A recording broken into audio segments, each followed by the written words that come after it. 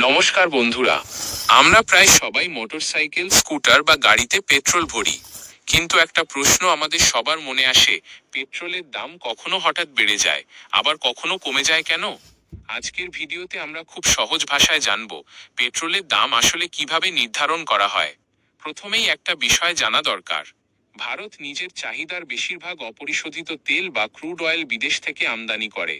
অর্থাৎ আমরা যে পেট্রোল ব্যবহার করি তার মূল কাঁচামাল আসে আন্তর্জাতিক বাজার থেকে। তাই বিশ্ববাজারে ক্রুড অয়েলের দাম বাড়লে ভারতের তেল কোম্পানিগুলোকেও বেশি দামে তেল কিনতে হয়। এর প্রভাব পড়ে পেট্রোলের দামের ওপর। দ্বিতীয় গুরুত্বপূর্ণ কারণ হলো ডলার ও ভারতীয় টাকার বিনিময় হার। আন্তর্জাতিক বাজারে তেল কেনাবেচা হয় মার্কিন ডলারে। যদি ডলারের তুলনায় ভারতীয় টাকা দুর্বল হয়ে যায়, তাহলে একই পরিমাণ তেল কিনতে আগের চেয়ে বেশি টাকা খরচ করতে হয়। ফলে পেট্রোলের দাম বাড়ার সম্ভাবনা তৈরি হয়। আবার যদি টাকার মূল্য শক্তিশালী হয়, তাহলে তেল আমদানির খরচ কিছুটা কমতে পারে।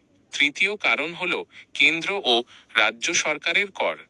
পেট্রোলের দামের একটি বড় অংশ বিভিন্ন ধরনের কর দিয়ে তৈরি।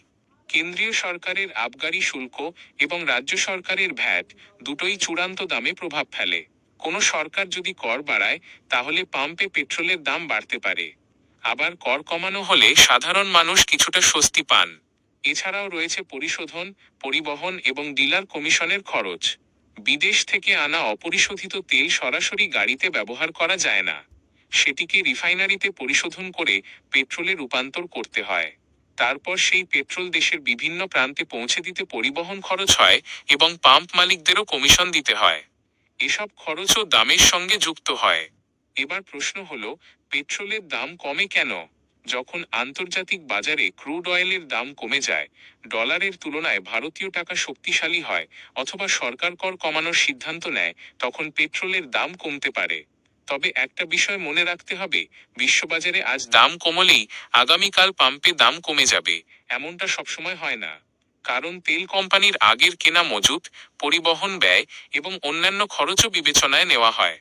আরেকটি বিষয় হলো, ভারতের বিভিন্ন রাজ্যে পেট্রোলের দাম এক নয়। কারণ প্রতিটি রাজ্যে ভ্যাটের হার আলাদা। তাই একই দিনে কলকাতা, দিল্লি, মুম্বই বা চেন্নাইয়ে পেট্রোলের দাম ভিন্ন হতে পারে। সবশেষে বলা যায়, পেট্রোলের দাম কোনো একটি কারণের ওপর নির্ভর করে না।